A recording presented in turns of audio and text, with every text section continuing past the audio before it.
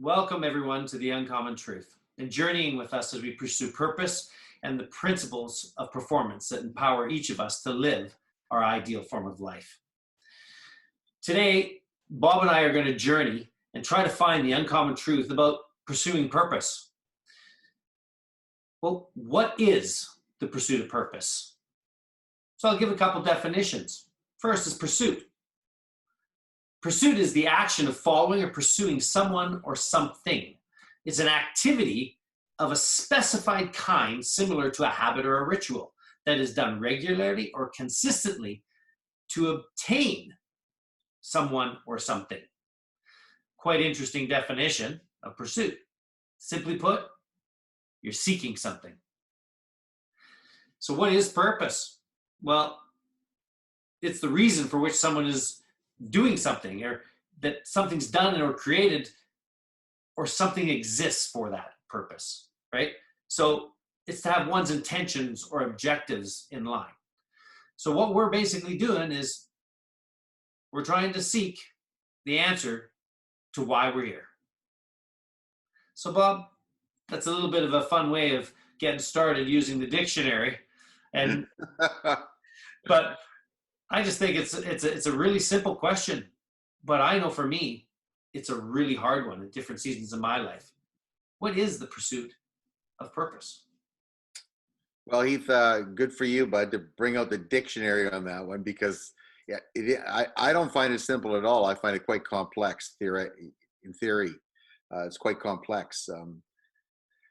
The truth is that purpose is actualized through each person on their own journeys in many forms. So you can actualize purpose while you're at work. You can actualize purpose while you're coaching your hockey team. You can actualize purpose in your primary relationships, with your friendships, et cetera, even with strangers, especially with strangers maybe. So the root of purpose is why you're doing things that you're doing. Why are you coaching? Why are you getting married? Why are you dating? Why are you working in that job? Why did you choose that career? So you can chase the word purpose all the way back, I think, to your goals and your objectives, your vision and your mission of why you're doing something, almost anything. One of the great lies that have been perpetuated in our schools, I think, and in our society is that everybody will have this career. And the truth is that many people come out of school, go to university, and they find themselves in these things called jobs. And it's like it didn't match the dreams that they had when they were kids. They didn't have. It's not a good match for them. I think the last stats are that over 60% of Canadians would change their jobs in a heartbeat because what they're doing isn't meeting their needs. I would say that they're not actualizing their purpose in those jobs. So it's really helpful to all human beings to know the reason why before they get involved in a job, in a career, in a relationship. If you can articulate cleanly and with clarity your purpose of getting married, you're going to have a heck of a higher percentage chance of being happy, your spouse being happy, if you both have purpose and it's both clear. It's simply down to that one word that you use several times. Why are we doing something? Which then leads to, what is that objective? What is that outcome? And I think, I always chuckle over a statement that Lewis Carroll said in his book, Alice's Adventure in Wonderland. And Alice is asking him, would you tell me, please, which way I ought to go from here? And the Cheshire Cat responds, if you don't know where you're going, any road will get you there. Well, it's so simple, yet so profound. Having that focus and that clarity makes life simple. All I can share is that from my life, it hasn't been that simple.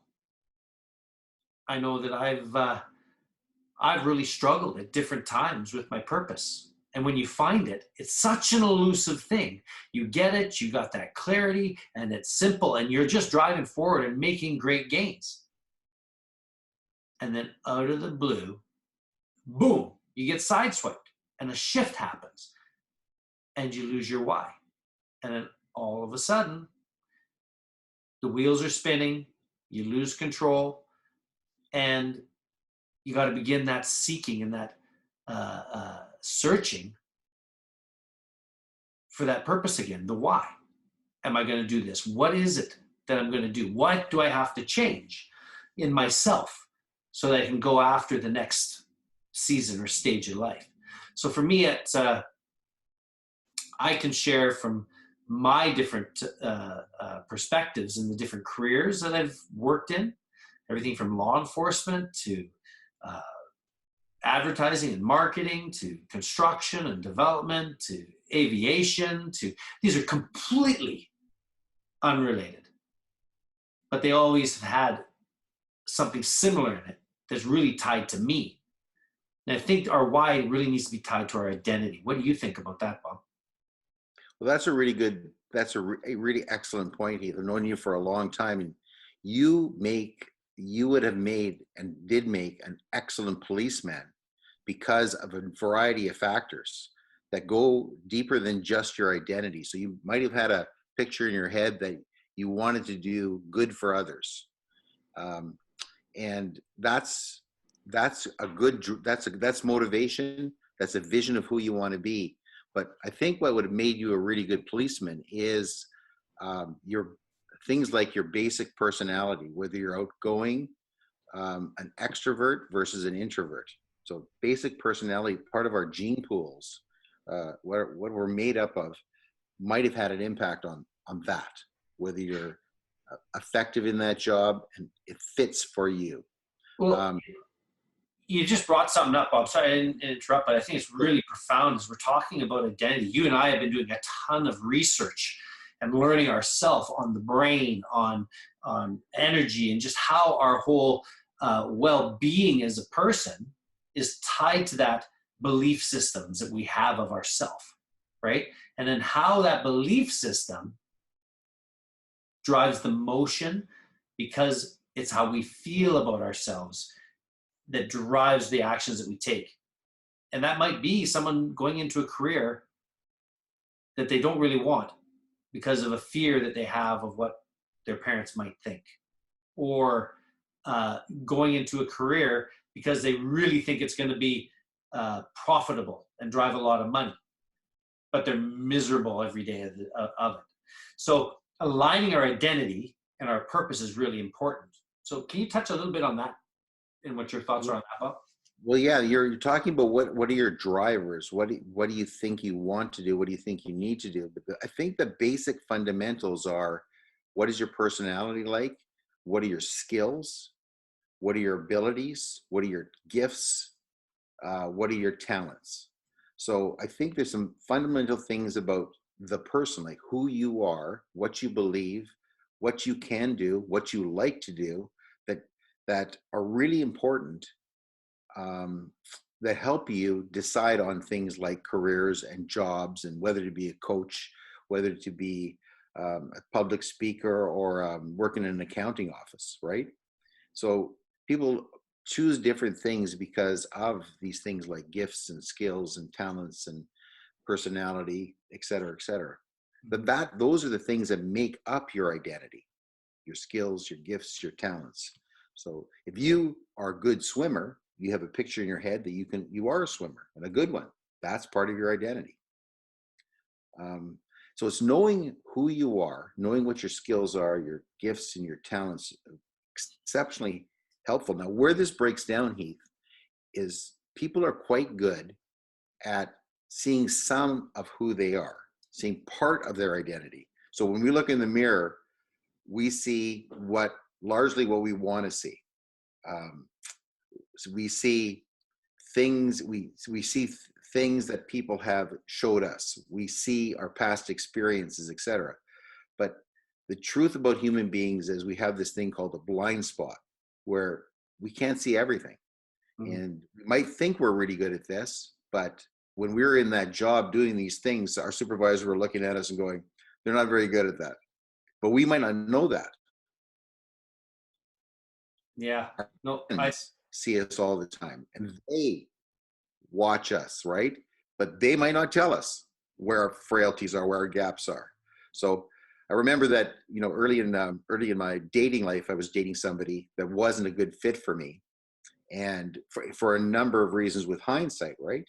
But I thought we were a great fit, and years later, it was really apparent to me that we weren't, because I had these giant blind spots. I didn't know what I didn't know. And it's very, very helpful for people to figure out what they're good at, figure out who they are, figure out what their identity is, but figure out what the blind spots are too. I've heard it said another way, where there's light and dark, and we all have both in us.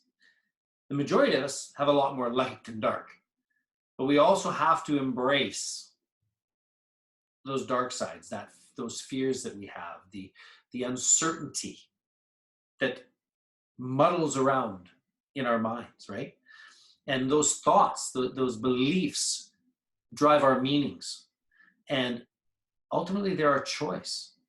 So if we're going to really pursue a great purpose, a great why, I think it all starts with really defining and answering the question of who am I? And that is a very short, simple question, but it really goes back right from birth to the environment we're in, to the thoughts and the ideas that were put into our head by our parents, and the ability for us to just have an awareness that ultimately, at some point in our journey, we hopefully wake up and go, I get to choose. We should actually do a separate video on this, and I would title it the top 20 questions to ask yourself so you can clarify your purpose. I think, and we probably don't have time in this interview to go through those top 20 questions. We should actually do that, because to know what questions to ask yourself, other than, it's way more in depth than who am I? There's a simple one would be like, what is the list of major skills that I have that I can utilize and want to utilize again? So just by drawing up that list, you've got an idea of what you're good at and what you want to do again. Just because you're good at administrative things doesn't mean that you want to be doing a job that's administrative for the rest of your life. You can be good at something, but you shouldn't be doing it. So how many amazing and gifted salespeople, as an example, are promoted to sales managers? Just because you're a really good salesperson doesn't mean that you're going to be gifted and really good at managing people. Or probably one of the more profound ones that I can think of, if you're a Canadian and a hockey player, is Wayne Gretzky. Wayne Gretzky, one of the best, if not the best, hockey player of all time. He knew where the puck was going, and he was there. His coaching career didn't go on quite as successfully as his on-ice hockey career. I'm not saying he wasn't a good coach, but it didn't have the same outcomes that he did as an artist on the ice. So I think, this was meant to be just a short discussion on pursuing purpose. But one of the things that I think that we need to just quickly address with pursuing purpose is that it's a process. And that you and I, we've developed a power pack and a way of actually helping define and answer the questions of who am I and why am I here, that purpose. Maybe just touch on that a little bit as we close in this interview today on the pursuit of purpose. Yeah, Heath, I'll just tell a bit of a story to start. There's a young lady that I just met a couple of weeks ago, and she was on her 5th different degree or diploma or certificate that she'd gone to school for. And I said, oh, you're taking this now? And she says, yeah. And I said, well, why are you taking this? You've got 4 other diplomas or degrees. And she said, well, every time I use my degree or my diploma, it ends up being a miserable job. I don't want to do it, after a year or two. And that's a perfect example of a person that hasn't done the work that's required to actually figure out her identity, what she wants to do, what what her skills are, what her gifts are, what her natural talents are, so she can focus those things on and choose something that would actually excite her, and she could work at it with a passion. So she's just randomly selecting things, hoping that it's a fit. So the power pack that we've got actually has several different short activities that help people really clarify and be able to articulate what they would best want to be doing. In a perfect world, an ideal world, they would be using these key skills in this particular